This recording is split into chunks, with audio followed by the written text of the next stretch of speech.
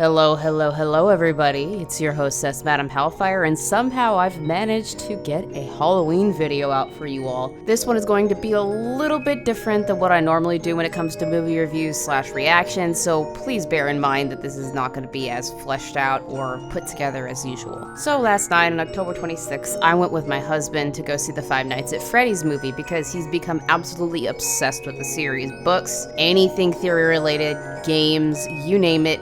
He's down for it. So as soon as he saw the trailer for this, he wanted to go see it, and I acquiesced, even though it is the day before my birthday, you know. Hint, hint, nudge, nudge, it's my birthday, people. Woo! So if you weren't already aware, the Five Nights at Freddy's movie is based upon a very popular video game series that arguably became as popular as it did purely because of lore videos made by YouTubers such as MatPat with Game Theory and gameplay videos from YouTubers such as Markiplier and PewDiePie. I'm not gonna go super deep into the lore for this purely because there are other videos that do it way better than I ever could. Hint, hint, nudge, nudge, the timeline video from Game Theory that came out recently. However, I will sum it up as this. It is basically the story of William Afton and the multitude of deaths and tragedies surrounding him, his family, and his restaurant chain, Freddy's Pizzeria. I'm not gonna give any spoilers here. This is not a play-by-play like all my other movie reviews or reactions are. This is purely just my thoughts on the movie itself and whether or not I think you should actually go see it. So the question here is, should you go watch this movie? Well, if you're a fan of the Five Nights at Freddy's franchise, I would highly suggest going and seeing it because you will probably love it, even with its flaws. If you're not familiar with the Five Nights at Freddy's franchise and its lore, you're probably not going to like this at all. So, what did I like about this movie? Well, the first thing I really liked is that as a fan of the lore itself and not necessarily the games, there are so many Easter eggs to find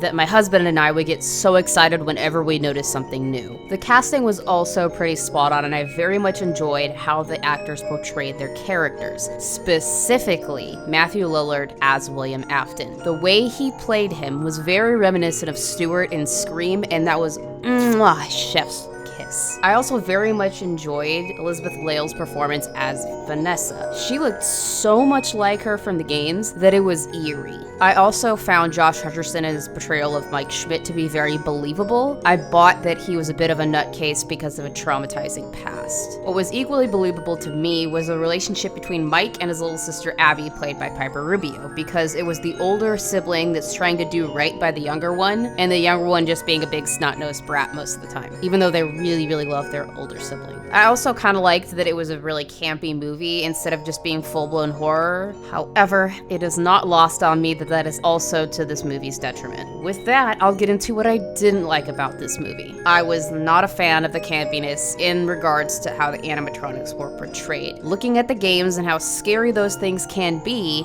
they did them a little bit dirty here. When the animatronics were in murder mode, which was very few and far between through this movie, I was more inclined to laugh than be terrified. I also found that the writing and getting Mike and Abby to Freddy's Pizzeria was rather dull, and I could not care less about it. I know, I get it. They didn't completely center the movie around the Aftons, and they had to have some sort of story behind why Mike and Abby were brought to the pizzeria, but I was expecting more than 10 minutes out of an hour and 50-minute movie of animatronics scaring the living shit out of and killing people. In my opinion, I would have rather seen the whole entire lore of Five Nights at Freddy's retold in a live-action format over what we got. Overall, when I get down to it, I enjoyed the movie, my husband enjoyed the movie, but I can objectively say that it is not a good movie. I wouldn't suggest paying hard-earned money on it. Watch it on a streaming service when it's available for that. But with that being said, I will see you in the next one. Have a good day, sweet nightmares.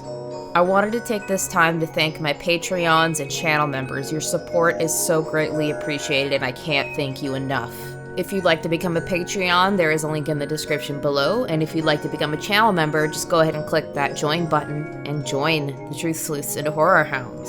All channel members and Patreons receive 24-hour access to videos prior to their public release and exclusive updates on my progress. After a certain tier, you can request that I do a certain topic or movie review, or you can even request that I do a game live stream, whichever works for you. At the highest tier, you not only get to choose the topic in which I cover, you get to either co-host the stream or the video that I do that covers said topic. no matter if it's one or multiple. Of course, this is not obligatory. If you want to support the channel, I greatly appreciate it, and once again, thank you so much.